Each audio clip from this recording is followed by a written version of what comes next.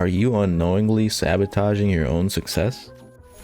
Watch out for monsters. Like that. We're gonna jump headfirst into 10 big mistakes that are holding you back from winning tournaments and getting those sweet emerald ring skins. Starting off with Number 1. Not using mobility items. when running to the objective, your team has different movement speeds, causing a slow team separation as each player chooses a different path. As a medium, half your job is to support your team by throwing up zip lines or jump pads so your team can easily get back into the fight as a single unit. It can surprise enemy teams when you hop into a gunfight faster than they could finish doing their emote and deploying their mines. It's one of the main differences I see between low level and high level teams. Absolute God. I'm talking to you two light players. With the only other mobility item of all three classes, the gateway, using it on cash boxes to teleport the box up to 100 meters and allowing everyone to leave a potentially dangerous area is a 2-for-1 deal you don't want to miss out on. Plus, being able to help your team get onto any structure can easily give your team the high ground advantage in a flash. It might require some practice, but once you get the throw and range down, your teammates will be thanking you. Number 2. Grabbing objects from too close. A lot of players think they need to go up to statues or canisters to physically pick them up. You can grab a lot farther than meets the eye. This really helps when trying to go for a revive mid-battle and the statue's on a floor below or outside a window. To get a feel for the range, spam the grab button while moving into range of a canister until you can confidently use the force. This is great to do with explosive canisters, since you can throw them to trigger the timer and quickly grab it again to let it cook. Once you cook it for a second or two, release it to precisely make a hole in any wall or damage an enemy. Number 3. Reviving at the wrong time. Your team might be fighting a losing battle far away from the objective, from 1 life to 2 to 3, used on a single team like it's a deathmatch revive fest. Constantly looking for a team wipe keeps the endless battle going. It's better to outright avoid this situation, especially if 1 player is alive and the opposing team has 2 to 3 players up. If your teammates already have a long respawn time, more often than not, it's better to die by Sudoku. That way your whole team can respawn together. Usually you'll spawn closer to the objective anyway. It's time to revive when you have plenty of both time and space between you and the other team. Otherwise, tokens are meant to be used and shouldn't all be saved until the final round. I see all too often players with coins stocked up like they're saving for the big bass wheel spin, then end up losing the first round of a tourney.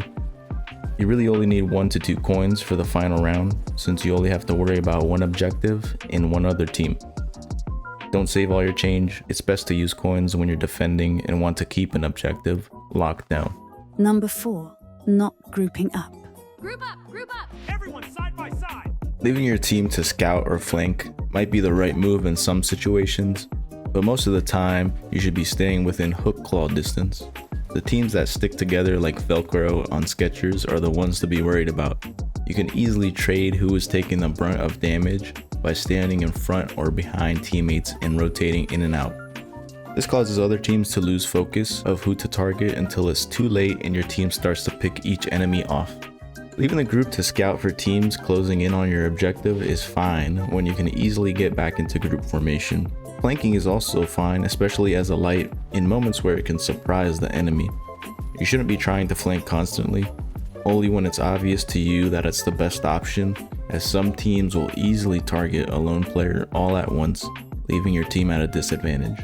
Number 5. Not communicating intel.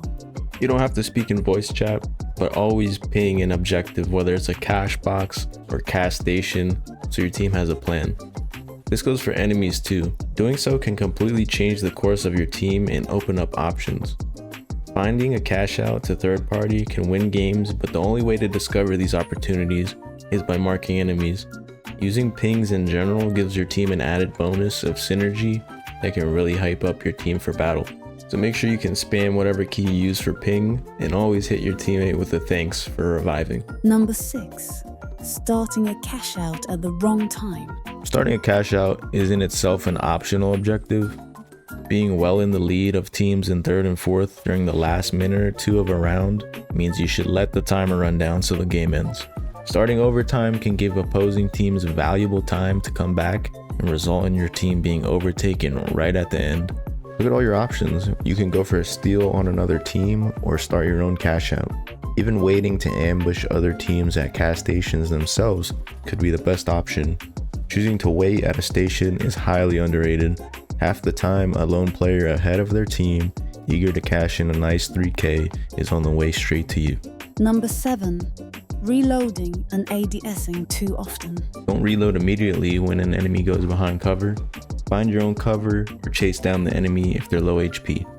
Most guns will kill with half a mag or just over that. During uncertain situations, stay ready to empty out your mag to keep putting out as much damage as possible. You have infinite ammo cheats in the finals anyway, so let loose while close to cover. Just don't get too reckless. When in a close quarters gunfight, aiming down sight can make you an easier target since it slows you down a good amount. It's not always the best idea to hip fire, but some guns like the FCAR and SMG weapons excel at it. If you run any shotgun, ADSing doesn't change the spread anyway, so keep jumping around like the floor is lava. A combination of both aiming and hip fire with the right weapons can easily overwhelm some players when your movement speed is constantly changing. Number 8. Not readily using abilities and equipment. If you equip the heal beam, you should be going reverse vampire every chance you get. Too often, people have an ability they never use the entire match. It can be easy to get caught up in gameplay, but you should always be thinking of new and creative ways to use your ability in order to give you and your team the edge. If you're not, you're always going to be at a disadvantage. Zip lines, jump pads, gateway, dome shields, and so on. You using your equipment also reminds your team to use theirs, so do your part and abuse it to its limits. Doing so will teach yourself different and unique ways to outplay the next opponent. Number 9. Not destroying enemy equipment. Turrets and mines can be a major threat in key areas if left and forgotten. Your teammates are magnetically attracted to mines and will often blow up cash outs and trigger gas mines Watch out for mines. when you're trying to go for a steal, so ping them or dispose of them.